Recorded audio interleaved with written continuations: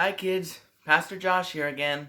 Looking forward to seeing you guys again sometime soon, but in the meantime, here's another story to keep you occupied. Now the main character in our story today, Peter. Now I hope you guys remember him. I told you about him in our last story, not to mention he was one of Jesus' disciples. Now here's where things start to get a little interesting for Peter though. Things have been going well. He's been telling a lot of people about Jesus. He even started telling Gentiles about them. And then he gets arrested. Specifically, he's arrested under the orders of King Herod Agrippa. Now, Herod's not exactly popular with the Jewish people. He is king of Judea, but he works for the Roman Empire. And the Jews don't like Rome. Well, in order to make himself more liked, at least by the Jewish leaders, Herod had ordered the arrest and execution of the Apostle James, who would be the first of Jesus' disciples to be martyred. And when he saw how well the Jewish leaders liked that, he then decided to have the same done to Peter. So during the Passover feast, he orders Peter arrested, and then as soon as the feast is over, they'll try him and execute him. Things don't exactly go as he planned, though. You see, after Peter is arrested, a group of the Christians get together in the house of a believer named Mary. And they pray. They pray that God would rescue Peter. And he does so in spectacular fashion. God sends an angel to the prison where Peter is being held. Now, right now, Peter is in the prison with a guard chained on either side of him. So, what happens next? The angel wakes him up. And as soon as he wakes up, the chains fall off his wrists. And the angel says, "Get up and follow me." And so Peter gets up and he begins following the angel out of his cell, right past the guards that are awake at the cell entrance, and starting through the prison. Now Peter has no idea what's going on. He's assuming that this is just some sort of dream or a vision maybe. But the angel leads him right out of the prison. And once they're partway down the street, vanishes.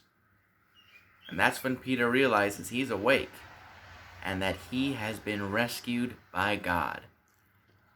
So Peter rushes off, and he ends up at Mary's house. He knocks on the door and asks to be let in, and a girl who works for Mary comes out to open the door. Her name is Rhoda. But when she hears Peter's voice at the door, she gets so excited she forgets to open the door and rushes back to tell everybody about it. But they don't believe her. They think she's just so upset she's hearing things. But Peter keeps knocking, and eventually they go to let whoever's at the door in. And they find out Rhoda was right. God has rescued Peter. And he tells them his story and tells them to go and tell everybody else. But that he's got to get out of there. After all, if Herod catches him, it's back to the prison, and he might not even get the trial this time.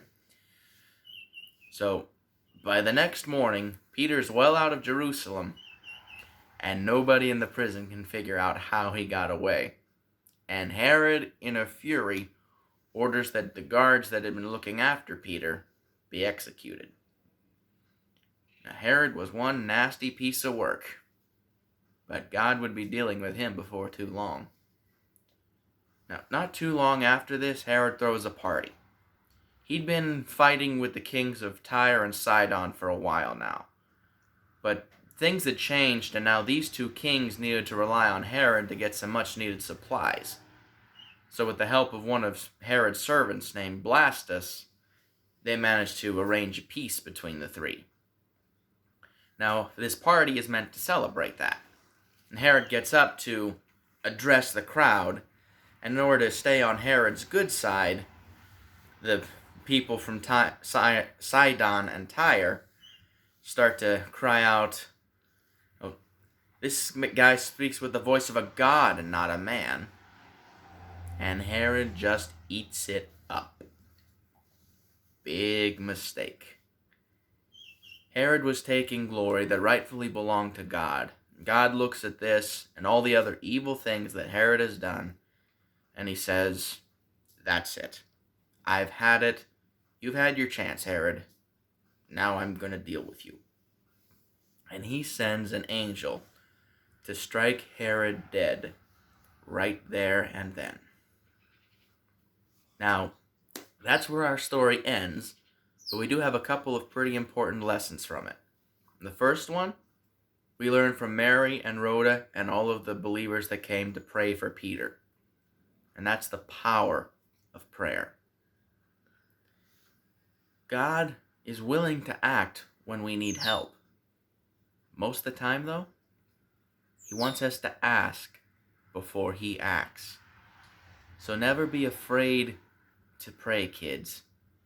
Often, that's all He's waiting for. And the other important lesson,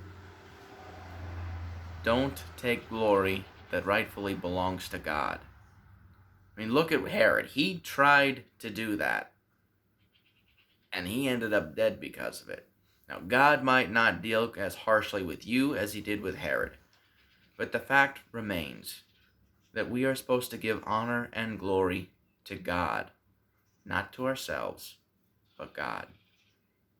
So always make sure, kids, that you give God the honor, the glory, the praise He's due.